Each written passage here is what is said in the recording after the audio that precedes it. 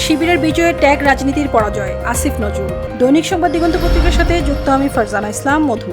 ডাকসু নির্বাচনে ট্যাগ দেওয়ার রাজনীতির ভূমিধস পরাজয় হয়েছে বলে মন্তব্য করেছেন অন্তর্বর্তী সরকারের আইন উপদেষ্টা ডক্টর আসিফ নজরুল। নিজের ভেরিফাইড ফেসবুক অ্যাকাউন্টে দেওয়া এক স্ট্যাটাসে তিনি ডাকসু নির্বাচনে বিজয়ী ছাত্র শিবিরের নেতাদের অভিনন্দন জানান। একই সঙ্গে স্বতন্ত্র প্রার্থী ও ফলাফল মেনে নেওয়া অংশগ্রহণকারীদের প্রতিও শুভেচ্ছা জানান। তিনি লিখেন, ছাত্র শিবিরের বিশাল বিজয় নিয়ে নানা বিশ্লেষণ চলছে, তবে আমার কাছে সবচেয়ে গুরুত্বপূর্ণ বিষয় হলো এই নির্বাচনের মাধ্যমে ট্যাগ দেওয়ার রাজনীতির ভূমিধস পরাজয় হয়েছে। হাসিনার সময়ে শিবির ট্যাগ দিয়ে অগণিত কর্মী ও সাধারণ ছাত্রকে অমানসিক নির্যাতনের শিকার হতে হয়েছে।